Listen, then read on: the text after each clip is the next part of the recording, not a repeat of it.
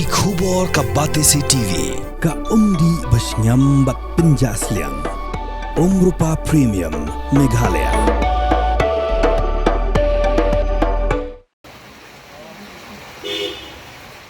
Hagas step la asngi ublei ka apu atrik unai lur arajar arpusan. Lalap ya kamet yap jong uyu Samla lod ubadang kat khandai senam karta hau Tyllai Phasi. Haka ying sa jong u kebadan Hamadan Laban dongrum. Benu Samla lod udi belatip kerteng kemudi ni selama.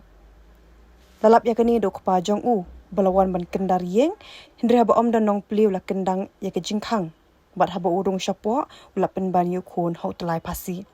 Kipulen kelawan poi hakan dengan jaka ban penlong ya ke jing tokit benia.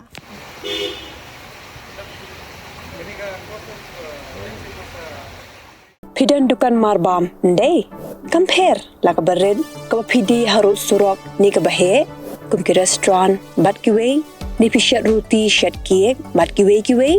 na ka benta ka koi ka khya jong ki pat ba nong bam nong di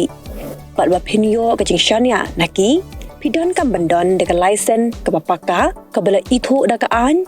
kata ka Food Safety and Standards Act arjar henril ling ba ka section lai phoi iwe kam de ka ba pinyo e ka license pila ban apply ko online link ba ko website foscas.fssai.gov.in da ka pi hap pan upload ru ki kod kisla badan kam kat kum ka jajing kam jong pi pila ru banyak kendo ki designated officers lani food safety officers ke badan hak office terekam jong u lani ke district medical and health officer habro ke district ke badan Meghalaya latno tang ha is khasi hers pila ban let bed chak office terekam jongki ka commissionerate of food safety ke badan halowa lachumya